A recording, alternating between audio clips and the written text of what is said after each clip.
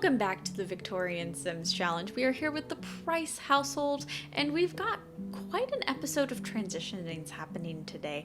So we'll be moving into the new household later, but we also have the kids moving to college. So a lot of stuff is on the docket. We've got two family businesses here. Julian's wares and Julian's chairs. So this is Julian's chairs. It's literally the most ridiculous business plan that I've ever seen. We have the most expensive chairs in the buy mode, and we are selling them, and that is pretty much how we are funding basically everything. We've gone through all of the cash grants at this point. Because they are upper class, I allow them to take out the cash grants. So we have about 170,000 simoleons. So they're doing quite well. We're at the point where we're taking out the wholesale grants. And we've got 3 kids. So we've got Raphael, the heir. He's in the teal there. We've got Grant and Wentworth. And Grant and Wentworth are the twins. Now, they are a little bit calmer than Raphael, but all of them have kind of nightmare traits. I mean, it's really not great. So Julian has a lot of opinions about being unemployed. I mean, he has lost every job that he has tried to take. He struggles to skill because of his grumpy trait. So Julian is complicated, but he has managed to really survive as an adult who is not able to skill and get promotions quite well. And he is trying to instill some of the mentality into his kids. And very quickly, we end up having a burglar come and steal things. And of course, as always, it is the carriage. It's just frustrating because we are actively trying to save money. We have goals, we have financial goals, and not a lot of my Sims families actually kind of have financial goals at this point, but the Prices, they want things. There is that house that we are building up and decorating, and so of course we do actually call the police. We try to have them caught, and thankfully, they actually are caught, and it's not just a complete nightmare. Is it close? Yes. Do we actually get quite enough money to cover the entire carriage? No. But we are at the point where we take what we get. I think soon we're probably going to want to actually plan to build a police precinct. I don't know as much about that in the 19th century as I probably should, so we'll get back to that in later episodes. Please remind me. But the kids have sort of complicated relationships with each other. Raphael is just hard to befriend. He is not the easiest Sim, but Marion has actually, I think this is her 3rd book that she has sold. So we're going to call it a new estate in lieu of us purchasing our new estate. Now, Raphael is a little bit of a local legend, and so we have a lot of female Sims constantly trying to woo him, and it does not go well. However, Wentworth is actually a romance Sim. Believe it or not, Raphael is not a romance Sim, and so when Raphael completely ruins things with women like Madeline Cunningham, Wentworth just sort of swoops in and saves the day, and maybe not saves the day for his brother, but definitely saves the day for himself. So it is time for Raphael to actually move out to college. This is a really big moment because he is the very first Price to move out and get a university degree. I feel like a lot of stuff is really happening this generation. I mean, we've got the Kings going to university. We've got, I don't know if we properly have Holloways, but we do have Lawsons going. So there's a lot to be excited about socially. There's a lot of social movement. Now, just as a reminder, we're not having the women move out to university. We're having them do finishing school in the town themselves. So in order to sort of make the funding a little bit less hands-on, we are establishing managers at Julian's stores. So thankfully Julian can get like 4,000 to 7,000 depending on the day from a store without actually physically attending it.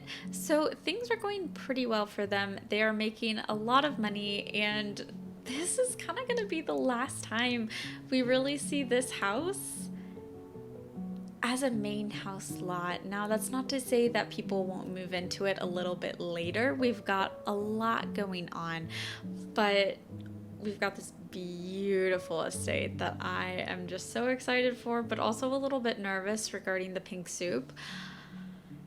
There's a lot. There's a lot on this lot, and I don't know how it's going to go.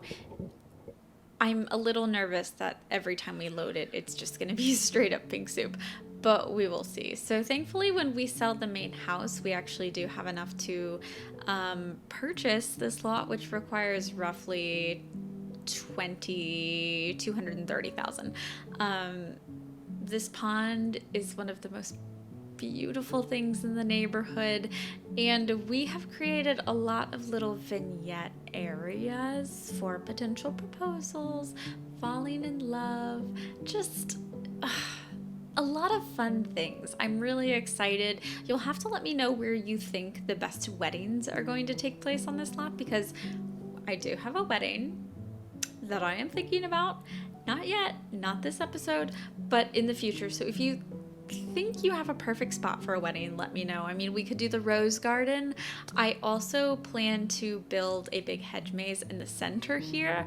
I had one, the game crashed because this lot is huge, and so I'm going to put one there. I think a hedge maze wedding would be really interesting, but this wisteria, and if you know me at all, you know that I am quite the sucker for wisteria. So we'll have to see what happens. We move in the kids. Raphael is already gone at this point, but we've got Wentworth in the brown and Grant in the yellow. And so they're going to spend the last couple years of their teenagehood in this house. This is the ballroom, and of course they're not really going to be able to enjoy the ballroom too much, just because we're going to need a little time to actually build up enough money to functionally use the ballroom. But their front parlor, their drawing room, is actually very well planned for company. We've got this entire space for performance, which we don't have in a lot of houses.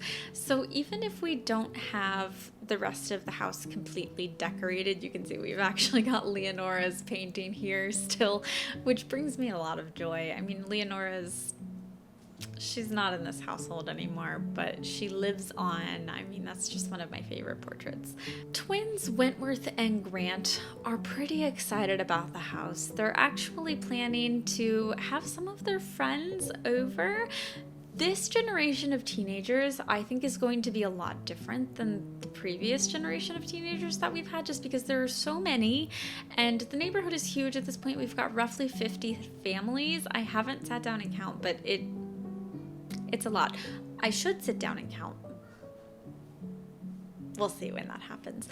So you can see we have Ebba, we've got Ivan Lawson, the Grunstrom girls, Rosetta King, Ernest's daughter. We've got a lot of people. Even Marius Lawson shows up, which I was actually kind of surprised about. I figured he was a little too old to actually sort of participate in this kind of camaraderie, but he does come. This is Ernestine Grunstrom. I love her. She's got the Holloway eyes, and I believe this is I can't remember if this is Cletus or Augustus Elmstone. It's one of them, but Grant, although not a romance sim, ends up kind of wooing Ernestine, and that actually really surprised me because I didn't think they had a lot of chemistry. But they end up sort of on their own at the end of the garden, just kind of secluded.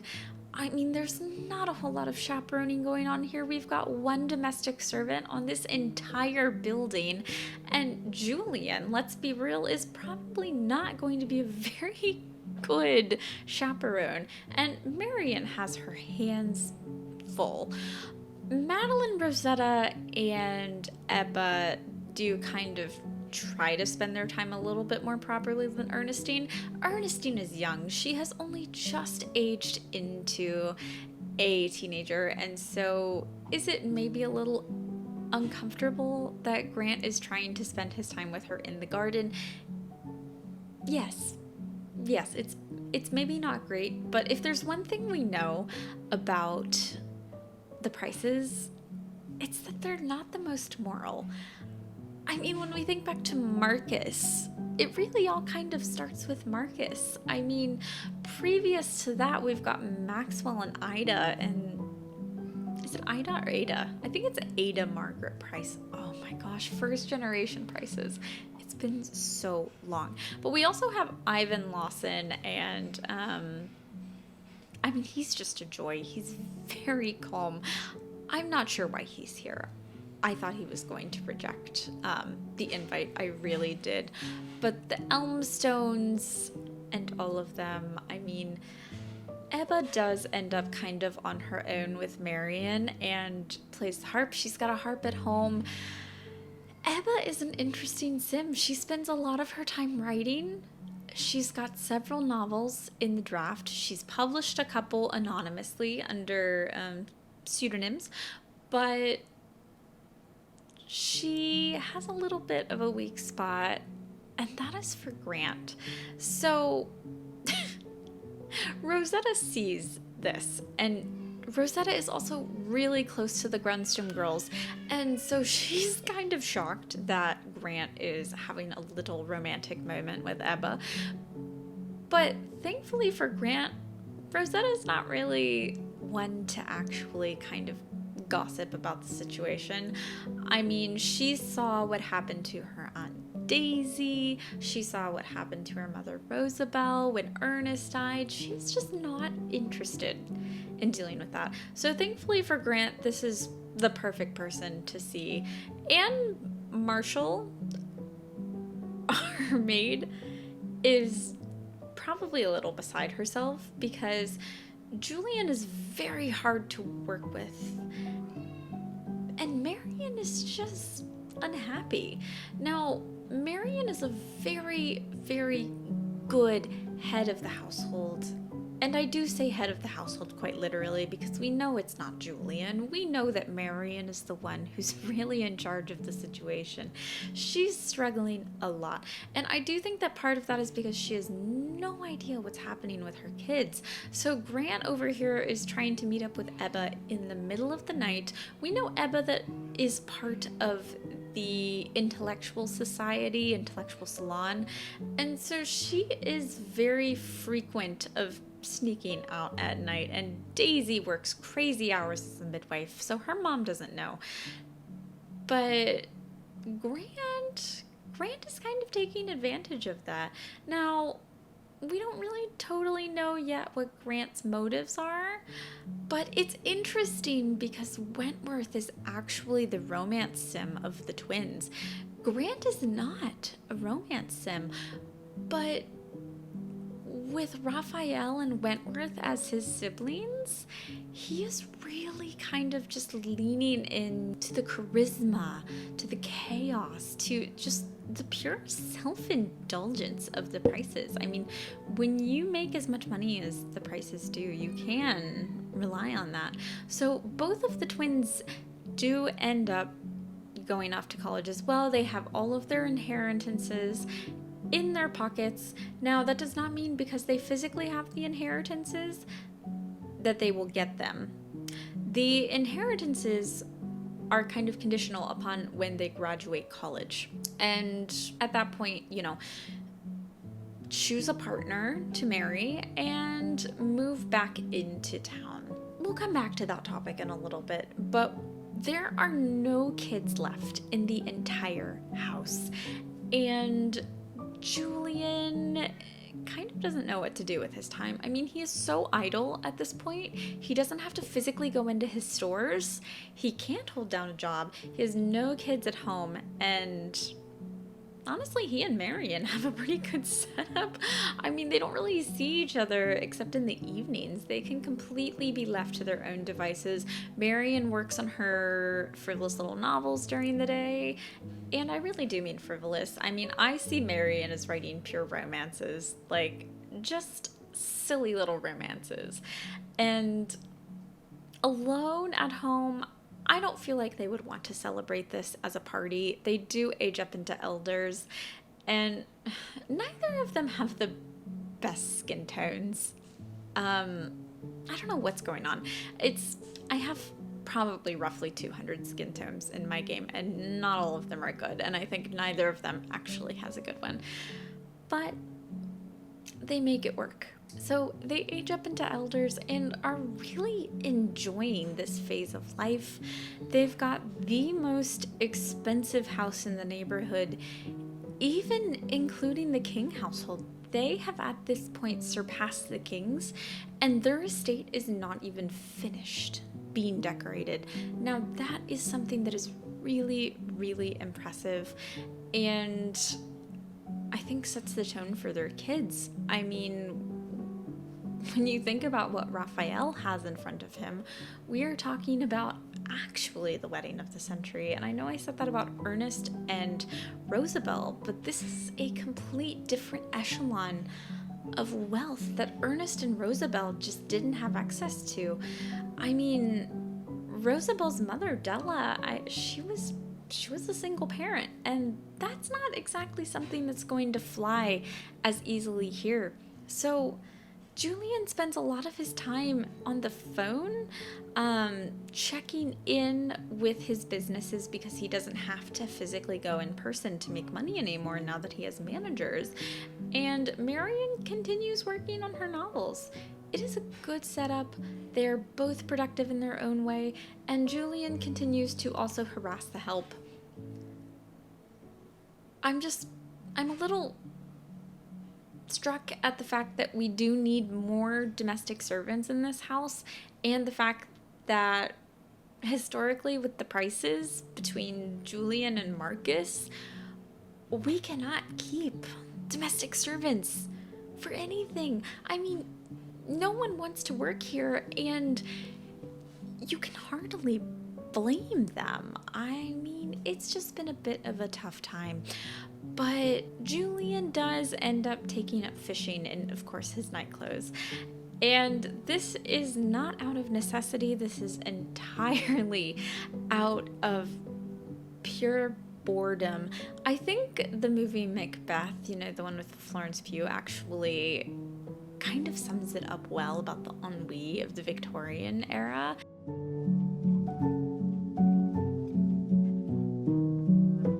I am very excited about this segment of the episode. We are now in Cambridge, and this is Raphael. He may look a little different to you, and that's because he's a young adult, and he has a new haircut, and it's good. It's really good. Yeah, we're gonna leave it there. But this is the new Price estate in Cambridge. So starting from nothing, this house is almost completely built off of Raphael's loan money from school, the scholarship money that he's gotten, but also Julian sent a little extra money to really work on establishing the estate because they've got to compete with the Kings and the Lawsons. And while the Kings are also one generation into Cambridge, the Lawsons are not. I think we're probably on the second generation Lawsons.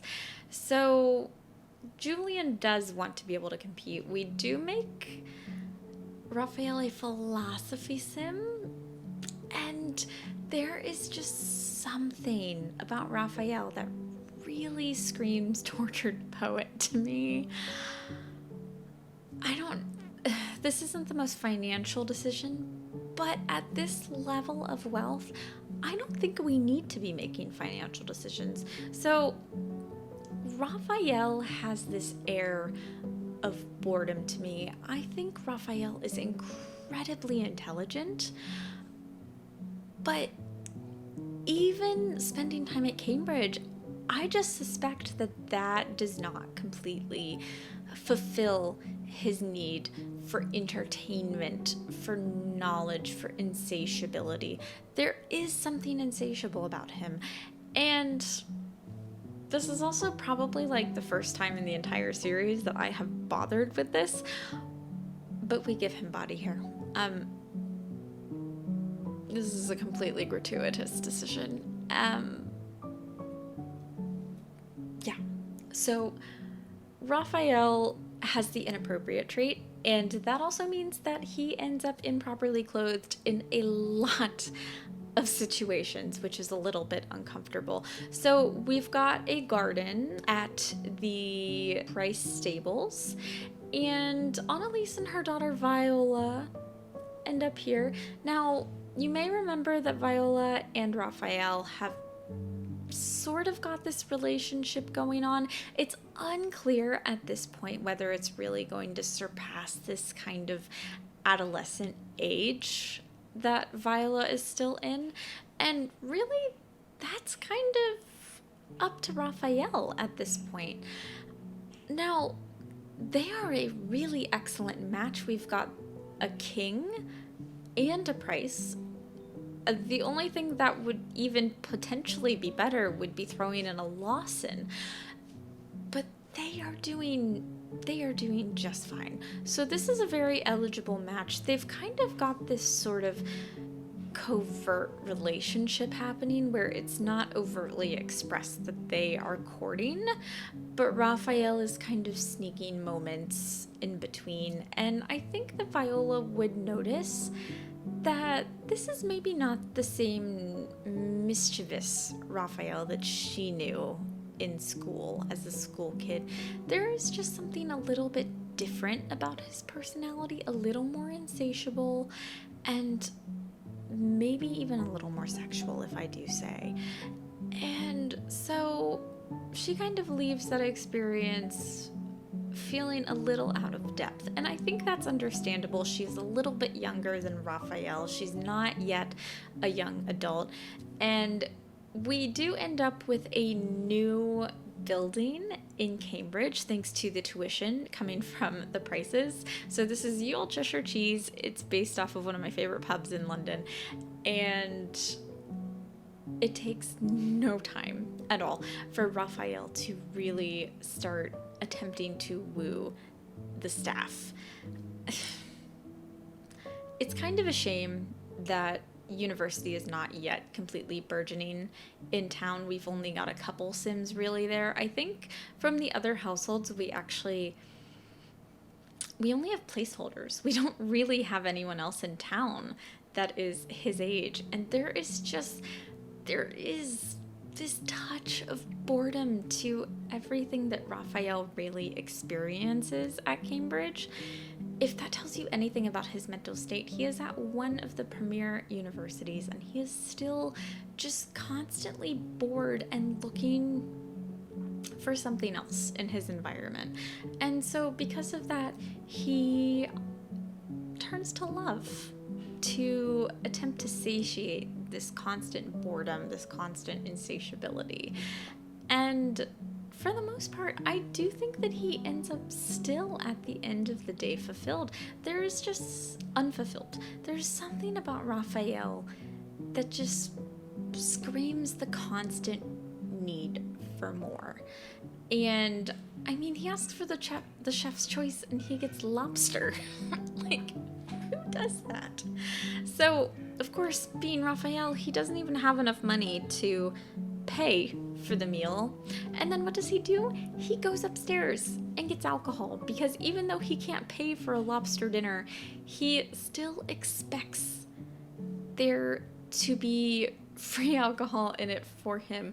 He is definitely used to being tailored to when it comes to customer service, really, with his good looks, with his finances, with his parenthood, and his inappropriate traits just come out at the most awkward times, where he ends up exercising in the Beatrice Library, which is definitely not the right place to be exercising, but we have little choice in the matter. So I do decide to give him his secondary aspiration trait. I usually kind of wait until adulthood to sort of figure out who they are as a person, but I think there is no lifetime aspiration benefit more fitting for Raphael than local legend. I mean, this man is beautiful. This entire bath scene is just purely gratuitous. You're welcome. I have nothing more to say on the matter.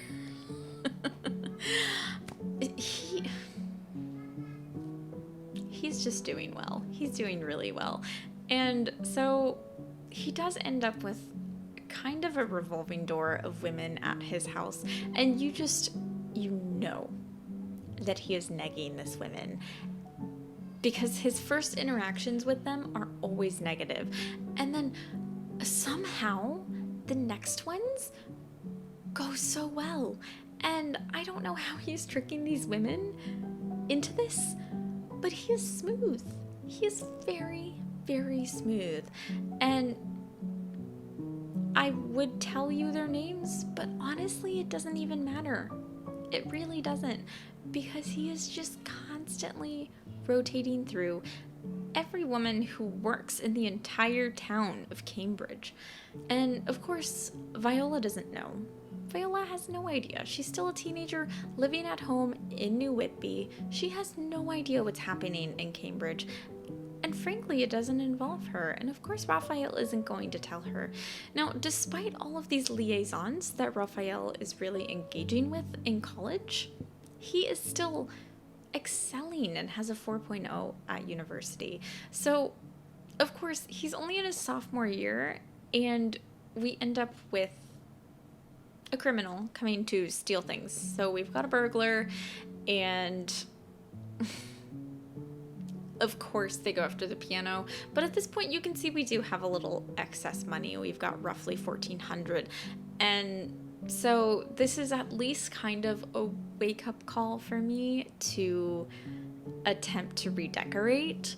So Raphael, at this point, he has been robbed in the middle of the night, still ends up attempting to call one of the service women over. She does not come because it is the middle of the night, but he ends up heading back to Yule Cheshire Cheese, and this is Caitlin Letourneau, another sim. So you can imagine where that goes at the end of the night. And I mean, this man is purely living his bachelor life as could be possible in the Victorian era. She ends up still coming over the next day, even though she turned him down the night before in the middle of the night. I mean, they're weak. Women are weak to Raphael. I don't know how this sim exists. I don't know how Marcus created him. I don't know how Julian created him. I mean, he comes from a very long line of just kind of blessed sims.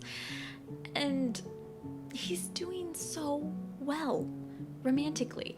Now, with the caveat that, yes, he may be doing well in the superficial romance, you can tell that there is still, at the end of the day, something missing.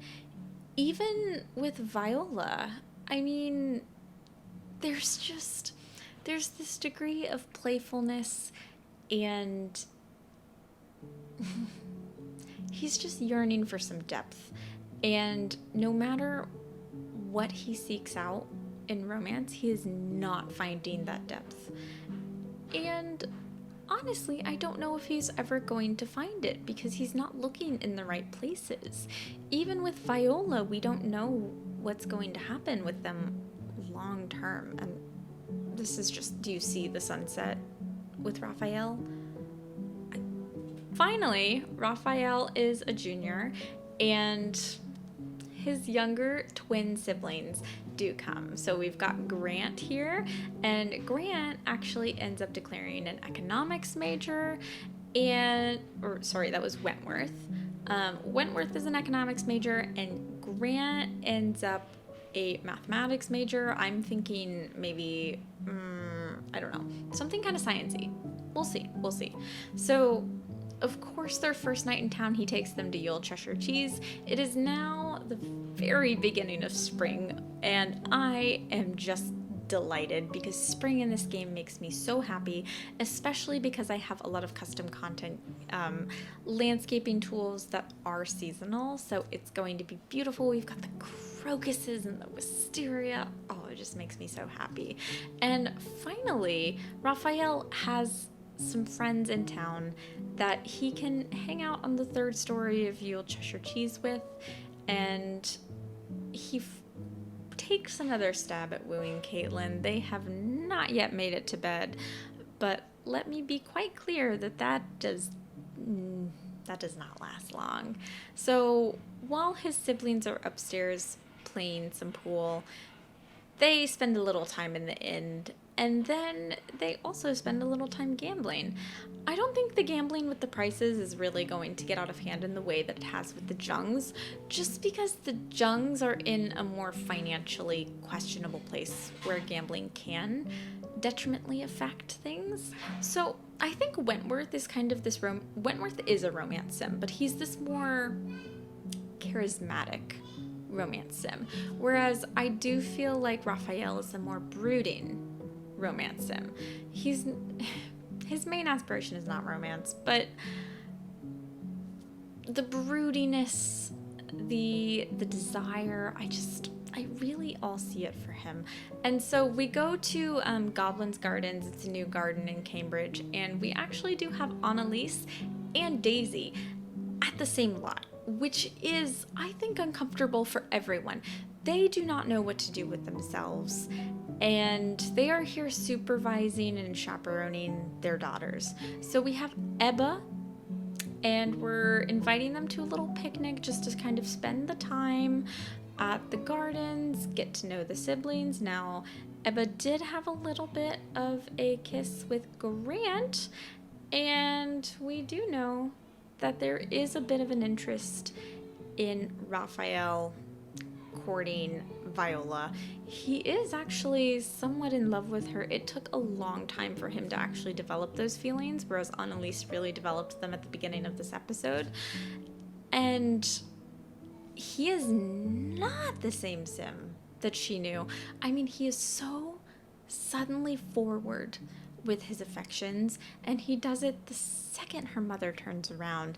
But while Annalise is here, they're cloud gazing in the crocuses. And so Annalise has not a single concern about this, because seemingly Raphael is a perfect gentleman. He's a Price. He is the most eligible bachelor in all of New Whitby at this point. He inherits the Price estate, which is huge. That does not mean that she should trust him with her. Meanwhile, Grant actually ends up asking Daisy for Ebba's hand in marriage. And this is a little bit surprising. So if you've been following Ebba's life at all, you know that she is really interested in suffrage. She's been writing her novels, but she's got this weak spot for Grant that no one was really expecting. And would you just look at her? She is not refined. Ebba has no refinement whatsoever, but she also doesn't care about refinement. And so when Grant asks her for her hand in marriage, she absolutely says yes. She's smitten with him. She's never had a romance with anyone else before, and Ebba is still pretty young. She's written 3 novels, but she is young. And obviously very emotionally complicated, because the second he proposes, she ends up stomping on so many flowers on this lot. I don't know what's happening, but Ebba is not doing well. And you can just see Grant kind of like, what have I done? What have I done? And at the same time, Viola is really enjoying the romance of things. So with Annalise's back turned, she is dealing with the engagement of her niece. I mean, she is completely distracted. Raphael is absolutely getting some. And this is a fairly public place. I mean, this is just, they are in a garden, but it's in a town square. So it's getting to the point where Raphael is definitely known around Cambridge as being a bit of a rake. And that's not going to look very good on Annalise, but from the New Whitby perspective, she has no idea what is happening with his personal life. She doesn't know any of these rumors. They have not made their way back to New Whitby. And so that very complicated space is where we are going to leave off. We have a lot coming up next episode, and I'm very excited to explore it. But that is it for the Prices today. So I'll see you back next time with the Kings.